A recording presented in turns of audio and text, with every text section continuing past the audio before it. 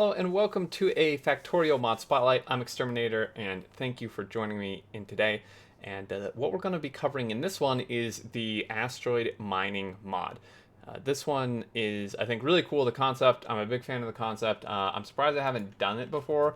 The mod, I've covered one or two before that are similar to this.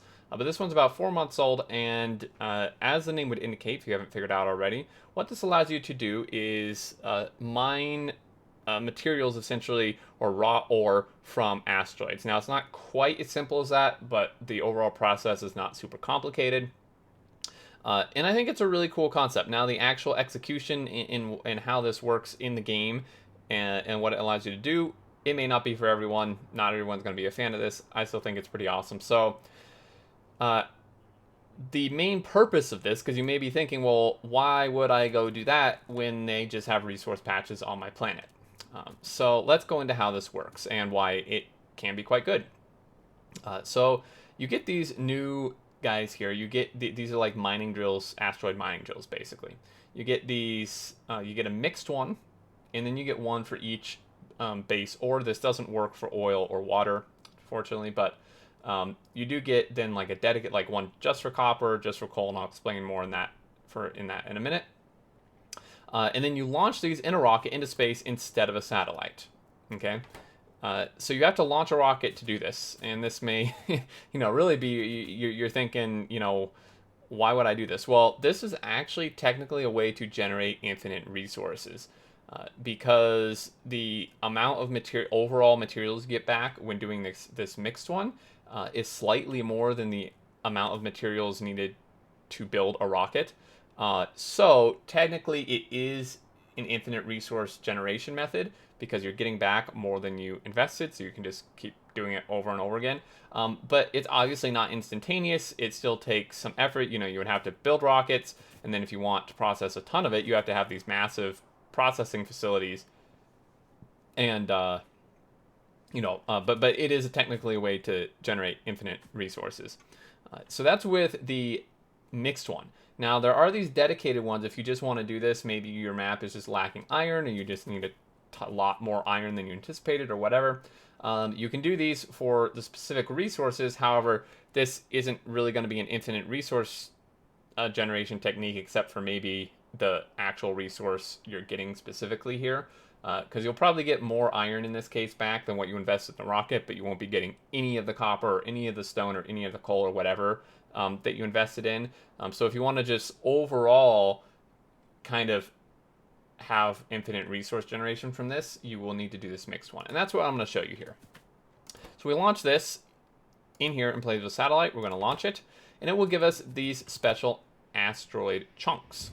And this is a little confusing. I actually started recording this episode already previously and couldn't figure out quite what was going on, so I had to stop it and delete it and come back and do this one because I was a little confused. So when you launch the mixed one, instead of space science, you're going to get these guys, these mixed asteroid chunks.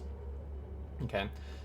Now, initially, I thought these went in to these, but this is for specific. This is when you do the specific mining drill type. So if you do like this one and you're getting the iron back, then you would be putting this iron ore asteroid chunk into here, and that's where this recipe comes into play. So when you're just getting this back, you can basically ignore this entire step here, because this is again for the specific resource miner setup. And then you just take these and you go into assembler, just vanilla assembler, and I'll just show you. You select whichever ore you want to make, because this is just generic. So you actually get the ore you want based on what you select in the assembling machine. So let's just say, for example, let's just set this one back to coal. So I'm going to take these out. Our inventory is full. As you can see, we are getting quite a large amount of materials from this. So we take those out, put that in there. So then if we just take this stuff, and I'm just going to split it between the two, then these, actually we can put, sorry, I'm jumping ahead of myself. I'm jumping ahead of myself. We put these guys in here. This is what this recipe is for.